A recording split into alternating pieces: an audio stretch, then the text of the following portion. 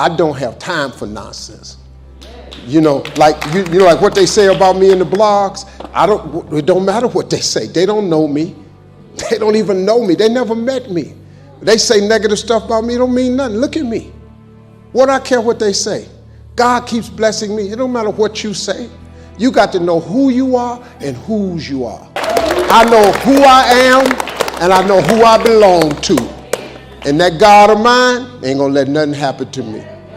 If you do not include God in your life, man, you're making a horrible mistake. You're doing yourself a horrible injustice. You're making this way harder than it's got to be. God really does want to help you. He really does. We all have things that come against us. It's easy to live uptight, wondering how it's going to work out. What if the medical report isn't good? What if my finances don't get better? What if my child doesn't get accepted in that school? We've tried to figure it out. We've done our best, but we don't see anything changing. If we're not careful, we'll live worried, discouraged, not expecting it to get better. But there's a simple phrase you have to keep down in your spirit. God's got this. He's on the throne. He sees what's happening. He already has the solution. You don't have to figure it out. There may not be a logical answer. In the natural, you don't see a way. That's okay. We serve a supernatural God. He has ways to do it we've never thought of. And instead of trying to force it to happen, living uptight, you have to let go and let God. When you turn it over to Him and say, God, I know you've got this. I know you're in control. Not only will you feel the heaviness, the weight lift off of you, but God will make things happen that you couldn't make happen. And some of the things that are frustrating you now, causing you to lose sleep, that would all change if you would have this new perspective that God's got this. Everything that's happening to you is God is processing you. Every difficult moment you're having, He just processing you. That's all He's doing. Everything you're going through is preparing you for what you ask God for. And if you need to be tough when you get to where you're going, then He gonna toughen you. If you got to be more caring along the way, He gonna let you have some trials come your way that's gonna have to produce that in you. Saying we trust God is one thing, but when we really trust God, we enter His rest. Trying to trust God is frustrating, but when you really trust Him, you really don't worry about the situation because you know that God will take care of it. You don't know when, you're not trying to figure out when, you don't know how, you're not trying to figure out how, you're just, you know God will do it. The challenges of life.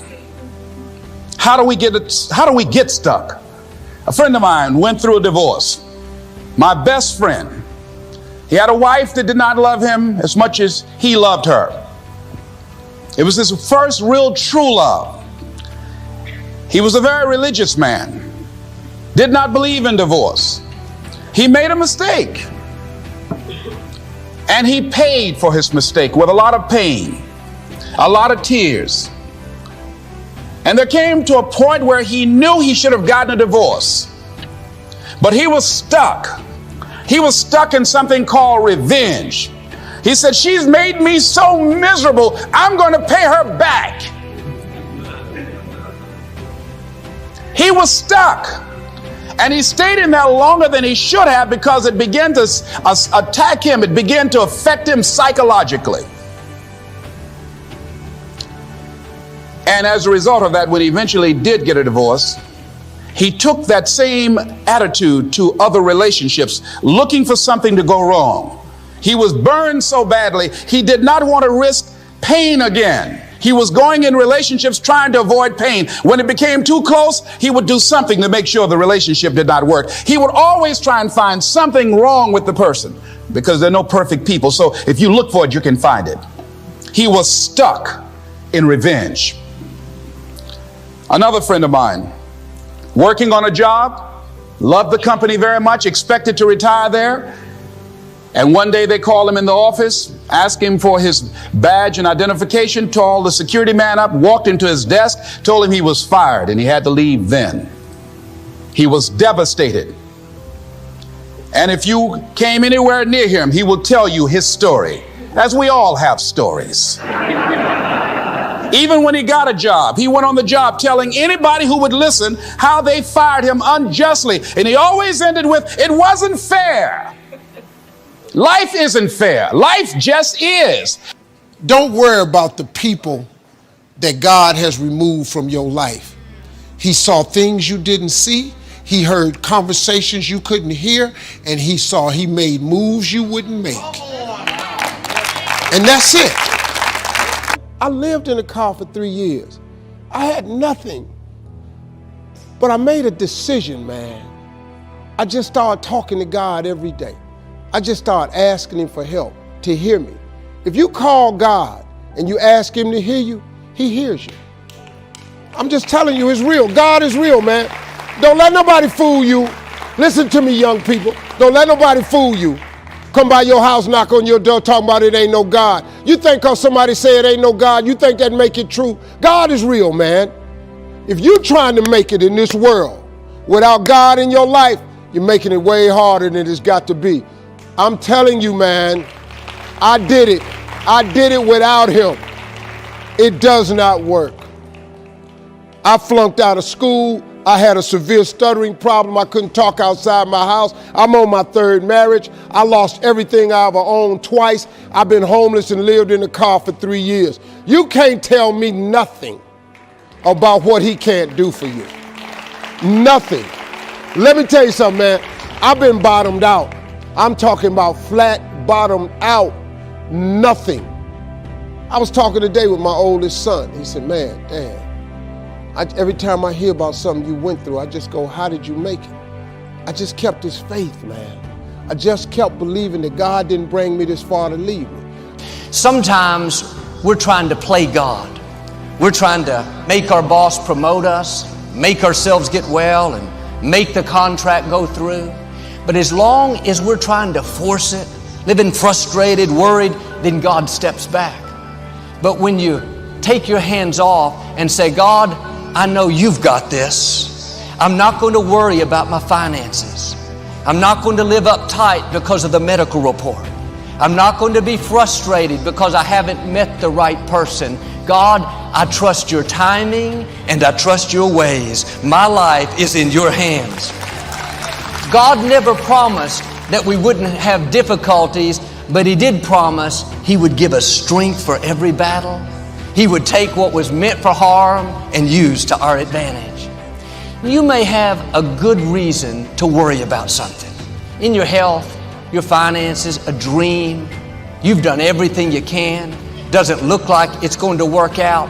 Stay in faith. God is saying, I've got this. I'm working behind the scenes. I'm in the process of turning it around. It's just a matter of time before you see things change in your favor. Now, live out of a place of peace, a place of trust. It may not happen the way you thought, but God's ways are better than our ways. God knows what's best for you. He's got this. Don't get discouraged when you face things you don't understand, obstacles that are bigger than you. That's simply an opportunity for God to show you who He is.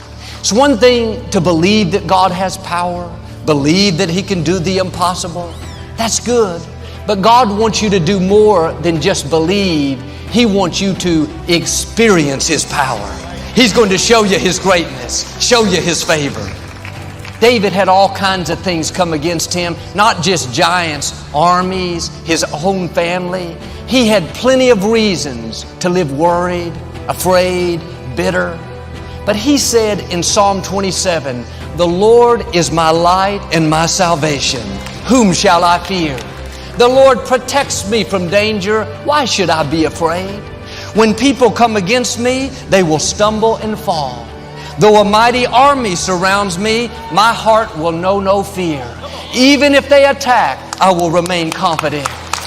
David lived with this attitude. God's got this. I'm not going to be worried. I'm not going to live upset. I know He's bigger than any obstacle that I'm facing. He said a little later, when trouble comes, God will hide me. He will place me out of reach, high on a rock. You may have enemies coming against you, but you have an advantage. God has placed you out of reach. They can't defeat you. They can't keep you from your destiny. Now do like David, remain confident. Keep your peace.